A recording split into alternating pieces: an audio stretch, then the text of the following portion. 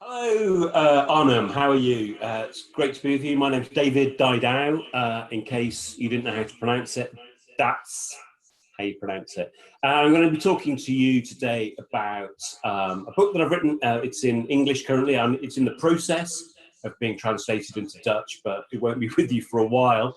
And it's a manifesto for how to go about closing the gap between the most advantaged and the least advantaged students in the system. So that's what you've got to look forward to.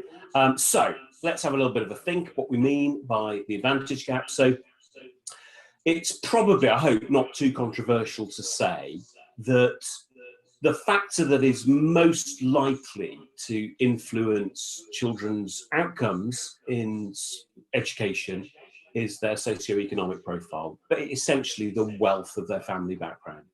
And this seems to be true from looking at all sorts of data sets, international comparisons, this seems to be fairly constant. But obviously that's not something we want to be true. It's just a statement, I think, of the fact as it is. So that's the thing that's most likely.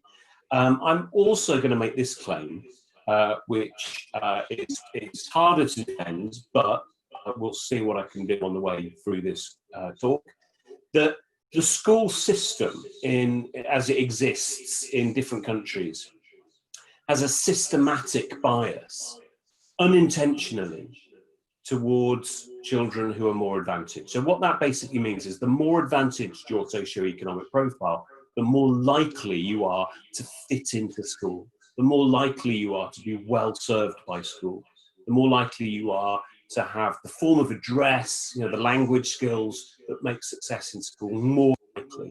And obviously the less advantaged you are, the less likely all those things are. So that's, I think, a systematic bias. It isn't anybody's individual fault. It's not something that anyone's doing deliberately, obviously. It's just what seems to happen when we put children into mass education.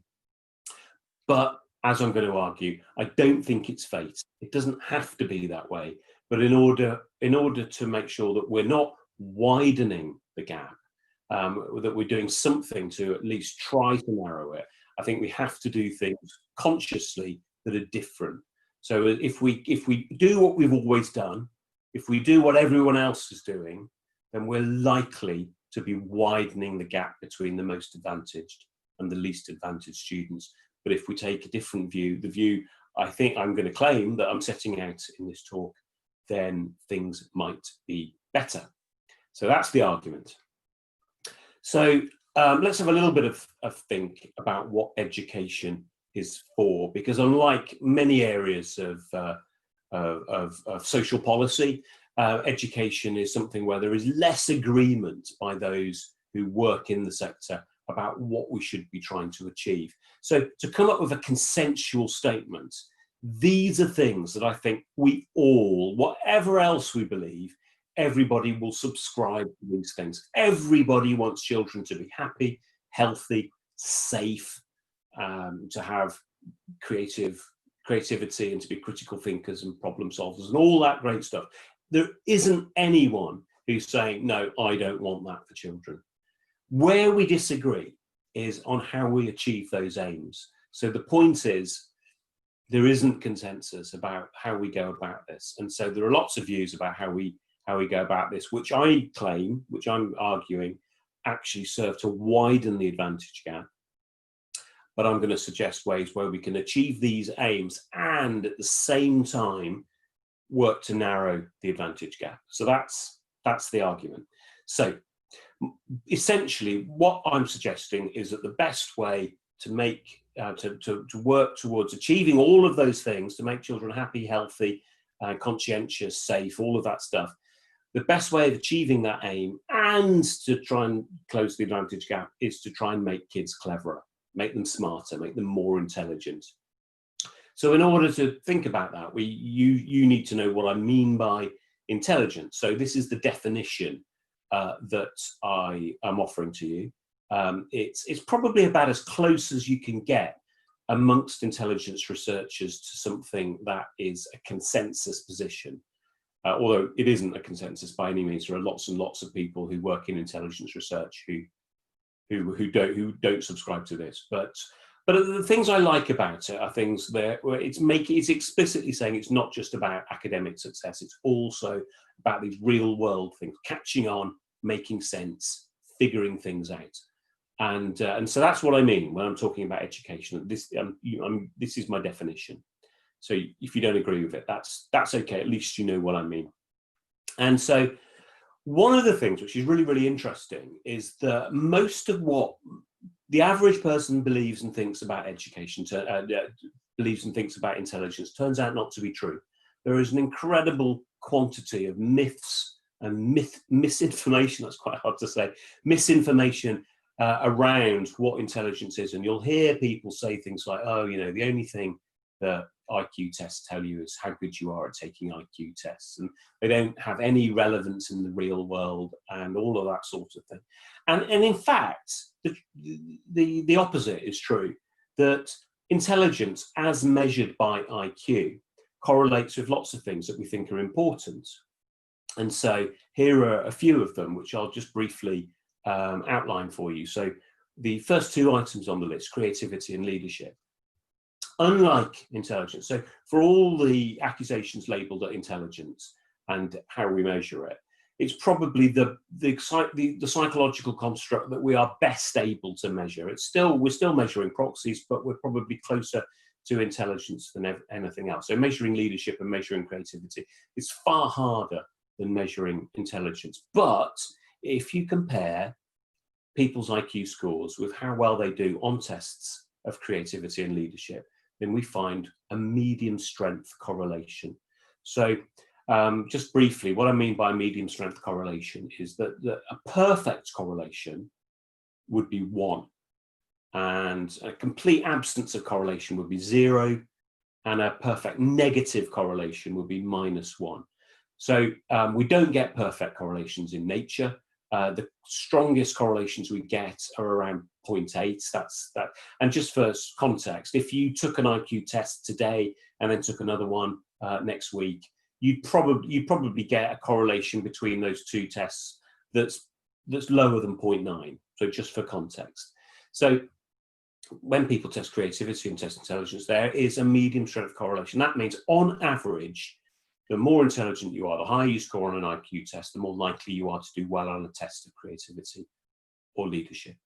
And then the next item on this list is conscientiousness. And this is quite an interesting one, because I think most people wouldn't think that being more intelligent would make you more conscientious. But in actual fact, this does seem to be the case. And you can see I've got a range of figures here from 0.4 to 0.6. So the 0.6 is conscientiousness in a complex environment.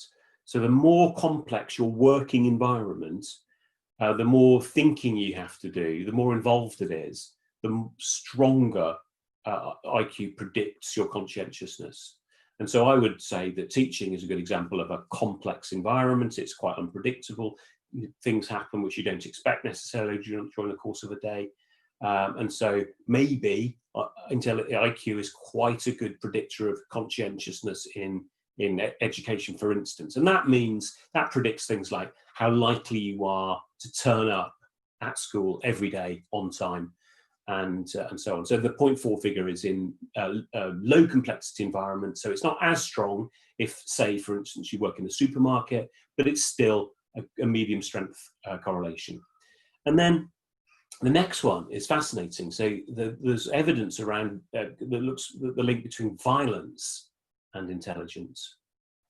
And so there are two things here to say. Firstly, the figure of 0.5 there is your probability. The more intelligent you are, there's an increased probability that you will not be the victim of a violent crime. So the cleverer you are, the more likely you are not to be involved in violent burglaries or robberies or fights and that sort of thing. And also, you're less likely, the 0.6 figure, you're less likely to commit a violent crime. You might well commit all sorts of other crimes, but they probably won't be violent. And the next one, I think, really surprises a lot of people, and this is happiness. So one of the common myths with intelligence is that the more intelligent you are, the more miserable you are, the more likely you are to have problems in that area. And that's just flatly contradicted by the evidence that we do have. We don't have very sophisticated ways of measuring happiness. It's all self-report on the whole, where we ask people, how they're feeling about their lives. And but what we find is when people say that they're feeling positive about their life, they're also more likely to have done well on IQ tests.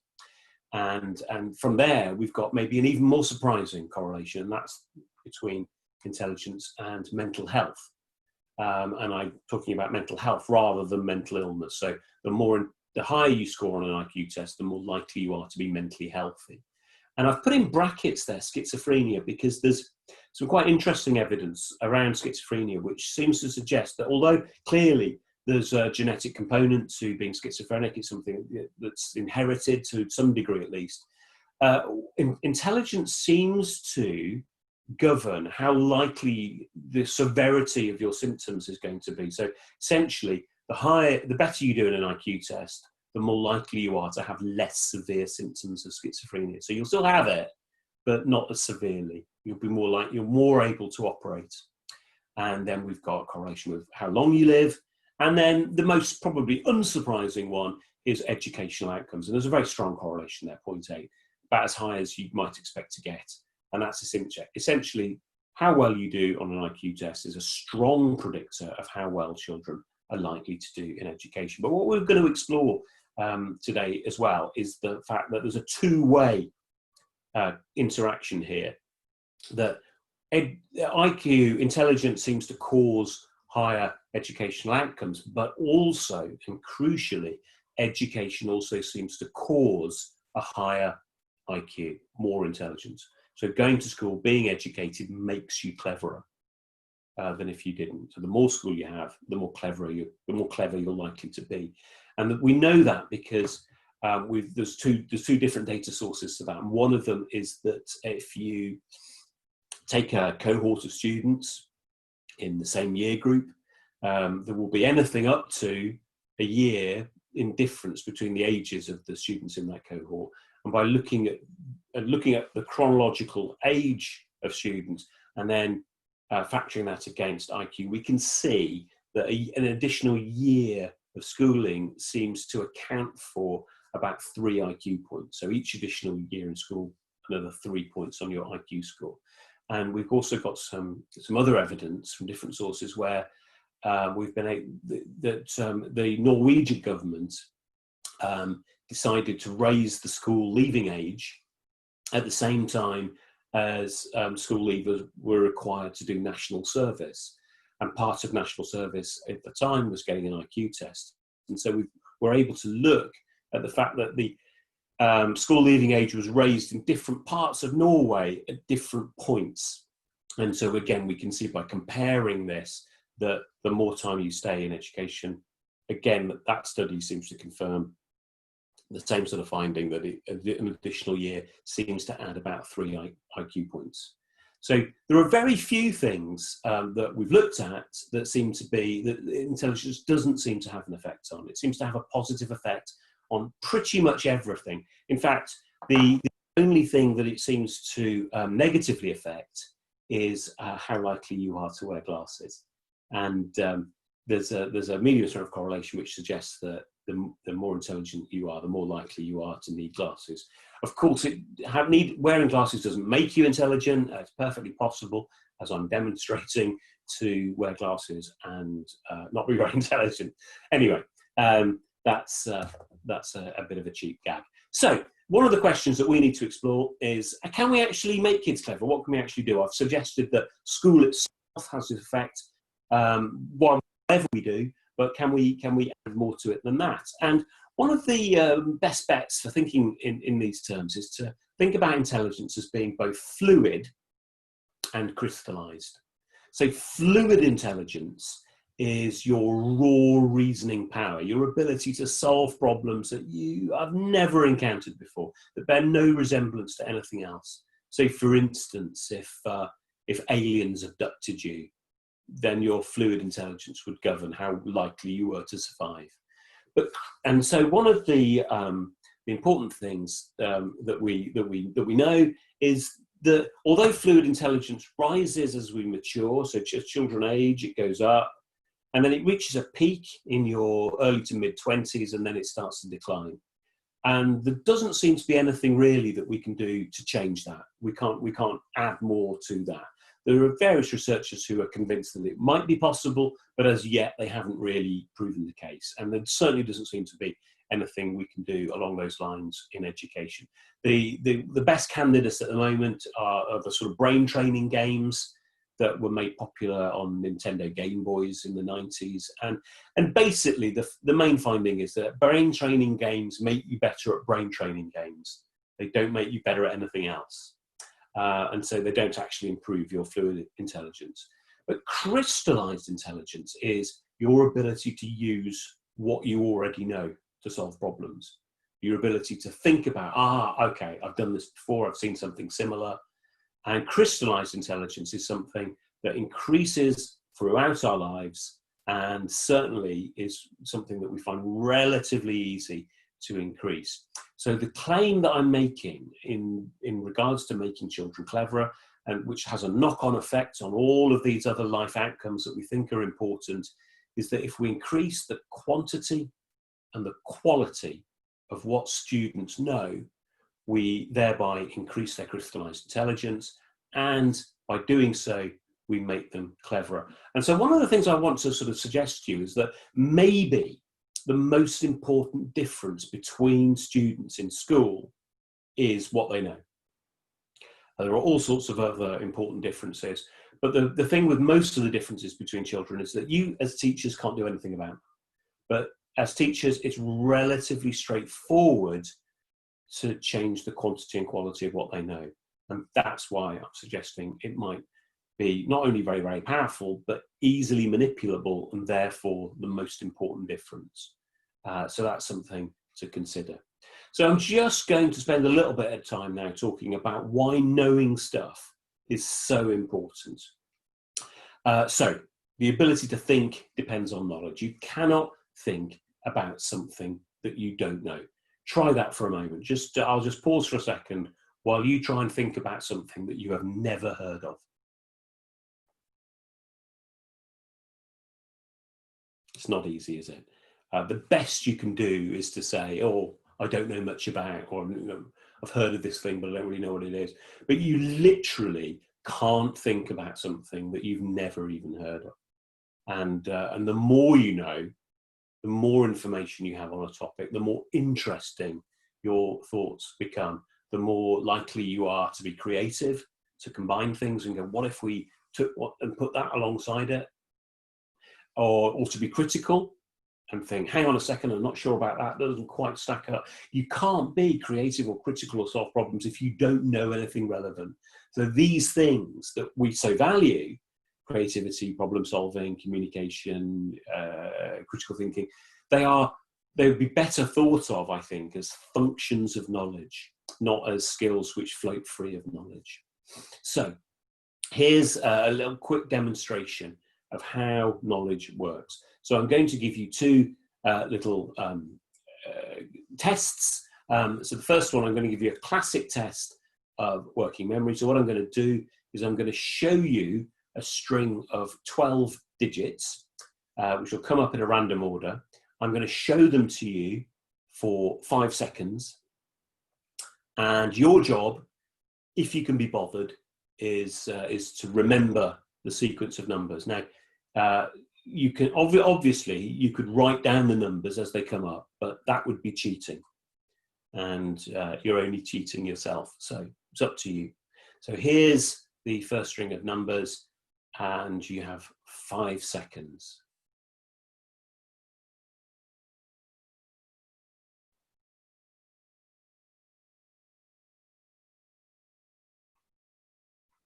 How did you do? You can, if you want to, if you haven't cheated, you could write that down now and see whether you were able to do it. I'll just give you a couple of moments. For those of you that are playing along, I'm sure many of you couldn't be bothered. That's your lookout. I'm not going to check. But for those of you that had a go and want to double check, here's what it was. And it's perfectly possible to do this. It's quite challenging, but it's perfectly possible. And those of you that did manage it probably chunked the information into 4 groups of 3 numbers. So instead of trying to remember 6 and 0 and 9 separately, you probably chunk them together as 609 or 614 or 127. And that's much easier to do that. But if those of you that didn't manage it or couldn't be bothered because it didn't look like it was worth your while, we're going to repeat the thing now. And we're going to do the same thing essentially, but this time I'm going to show you, this time you'll find it easy. You won't struggle. So I'm going to show you the same digits, but hopefully you'll find it easier. So here they are. And whether you can do this does rely to some extent on your knowledge of history and whether these dates are relevant.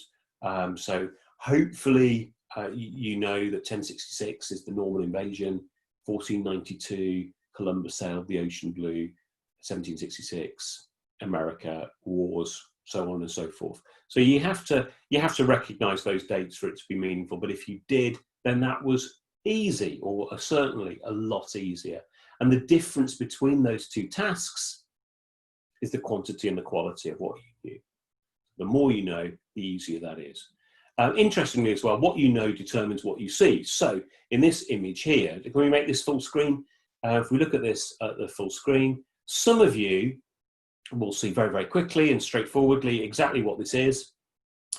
Some of you, it's just some circles and arrows and you're not really sure what it is. Most of you, I'm fairly sure, have enough knowledge to recognize that as a football pitch, and that you will have recognized that the players represent, the circles represent players.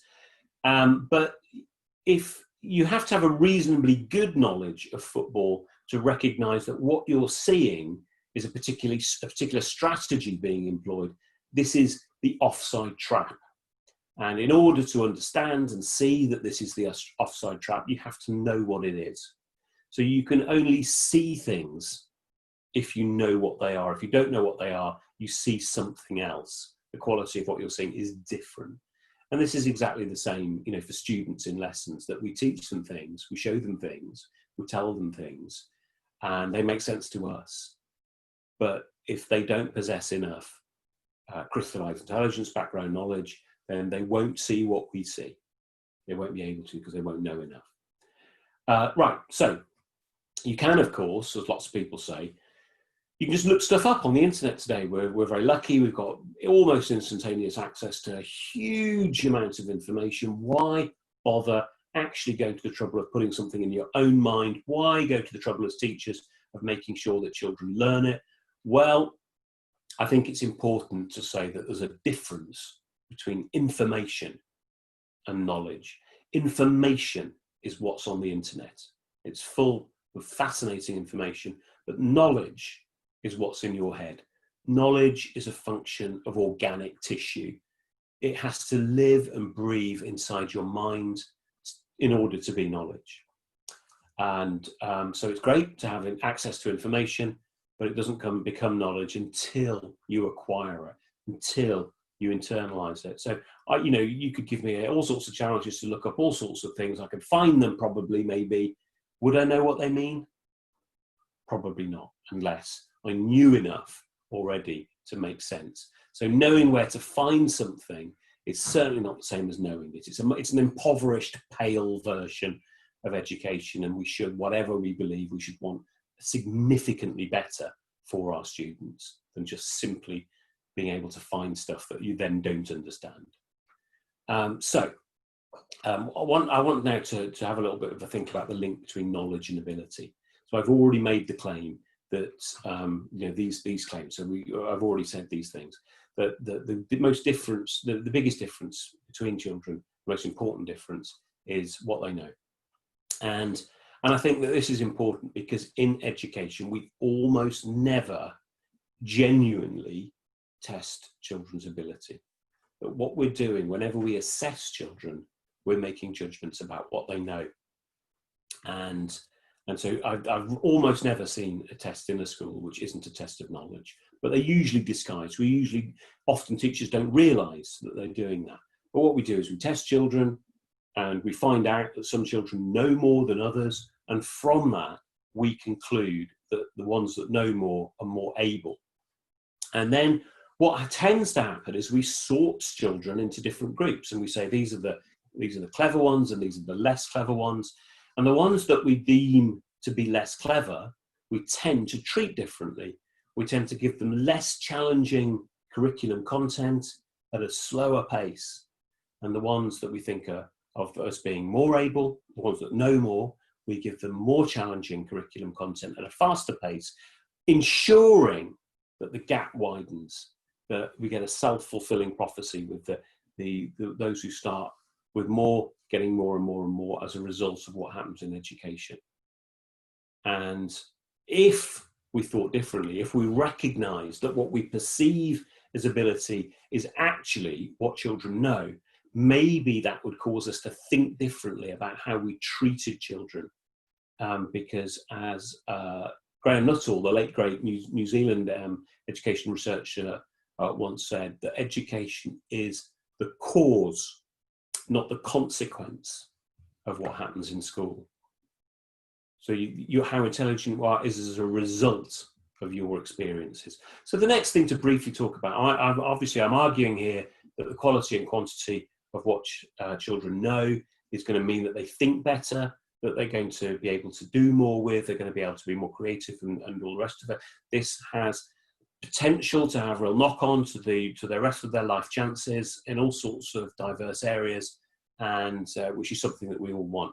So is there anything that we need to know about what knowledge? Well, basically everything that is possible to know is great. It would be lovely to know it all, but not all knowledge is equally useful or powerful. And so in schools, we have to make quite brutal choices about what we're going to teach. We can't teach everything. We haven't got time. And so we decide to teach this and not that.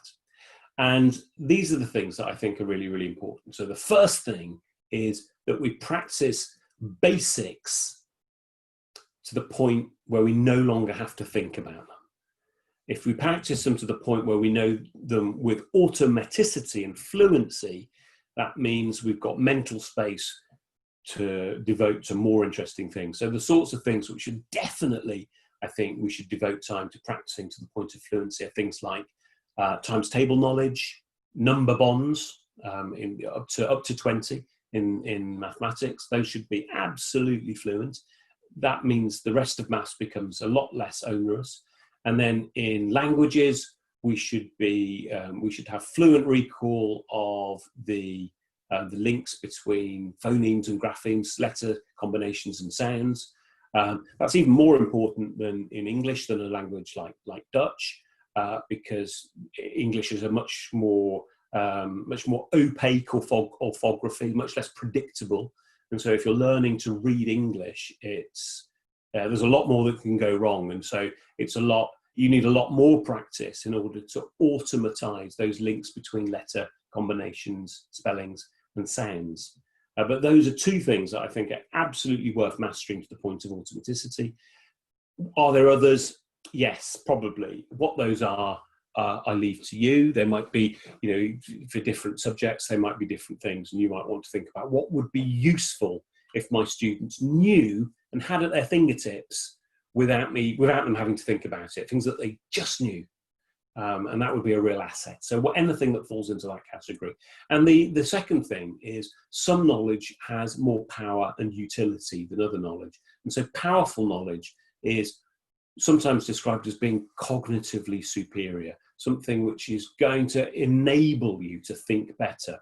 And sorry, this has come up in the wrong order, but that having powerful knowledge acts like intellectual Velcro, that new things stick to you more easily. The things that you encounter in school are more likely to stick to what you already have. As a result of their advantages that come from socio-economic profile, advantaged children have intellectual Velcro to at least some degree, regardless of what we do. Less advantaged children, it's more like they have intellectual Teflon and knowledge slides off. So by making sure we're teaching powerful knowledge, we're making sure all children have access to this intellectual Velcro. And so the powerful knowledge is that which allows you to make reliable predictions and give good explanations and make generalizations about things that you've never directly experienced, things outside of your own narrow experience of the world. Those things are things with powerful knowledge.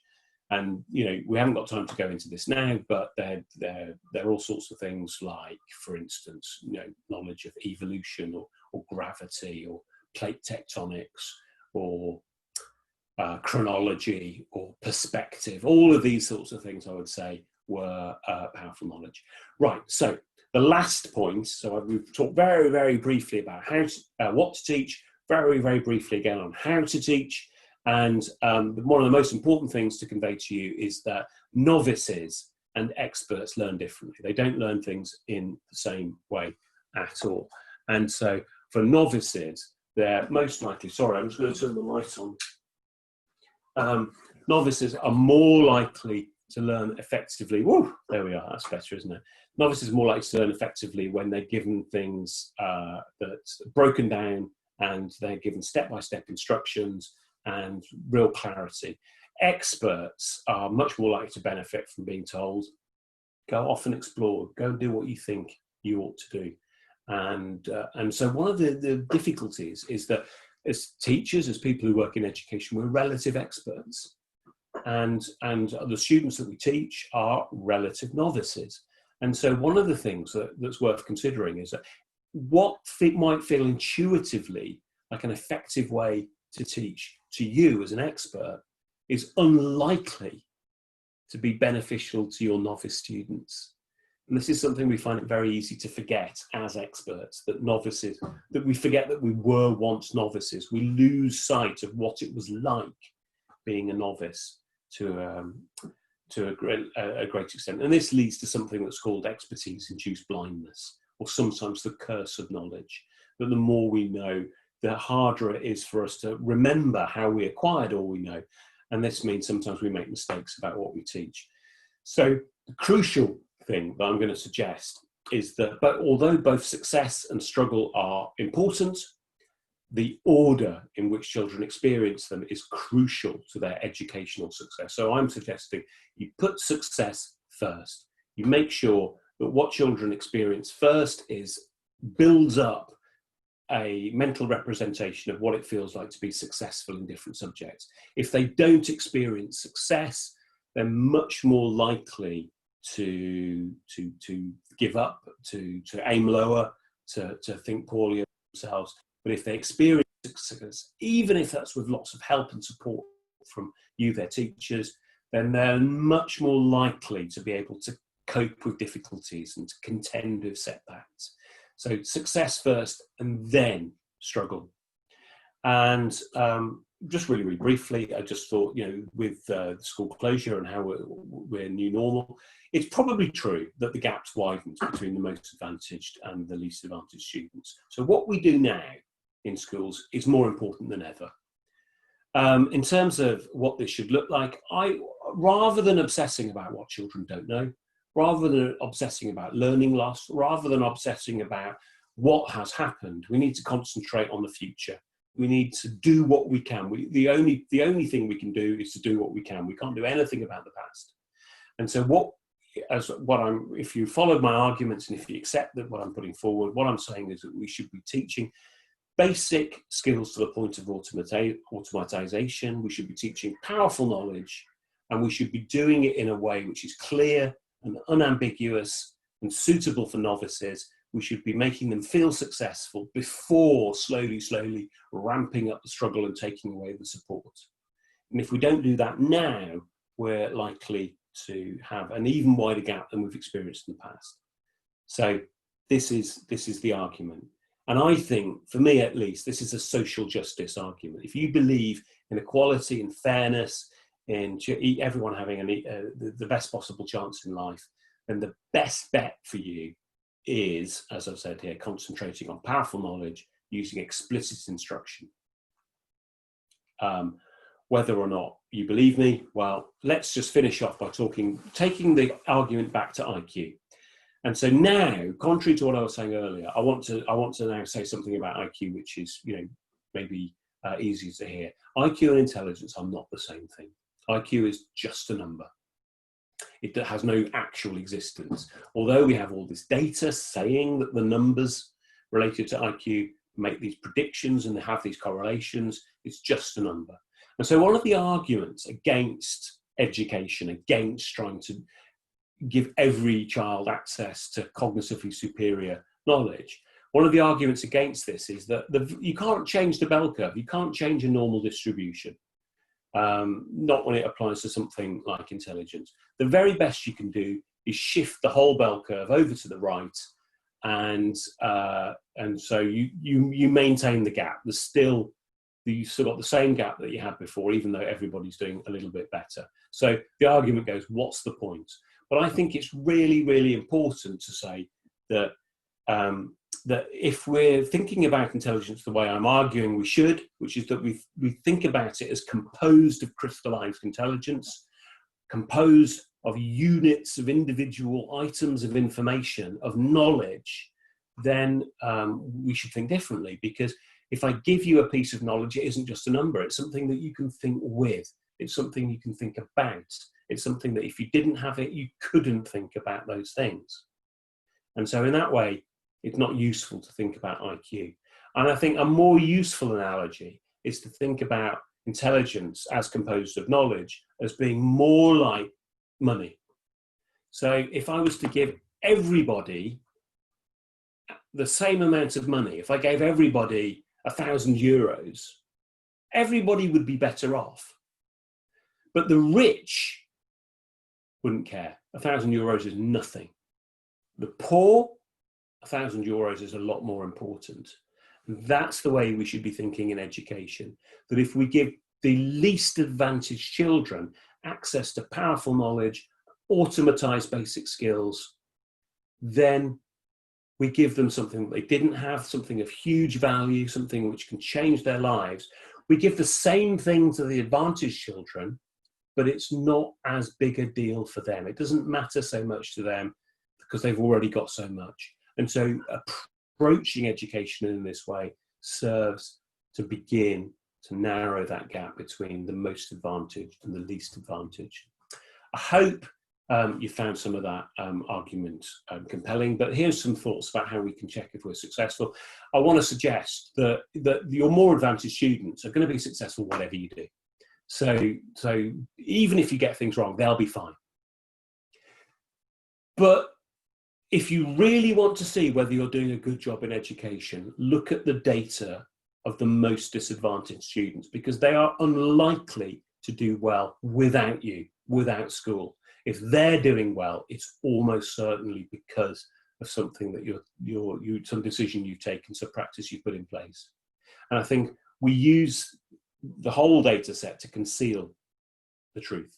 We look at everybody's data and go, oh, it looks fine. Take out the advantaged students' data, only look at the disadvantaged, and then you get a more accurate picture. And the claim I'm going to make is that what works best for the most advantaged is actually what works best for everybody. It just makes most difference to the most disadvantaged. And that's why this is a social justice argument. So these are the things I'd like to leave you with. So firstly, the systematic bias, which is the status quo. Secondly, the education can make a big difference to children's intelligence, which then has these knock-on effects on health and happiness and all the rest of it. And that if we teach powerful knowledge in particular ways, we're more likely to close that advantage gap.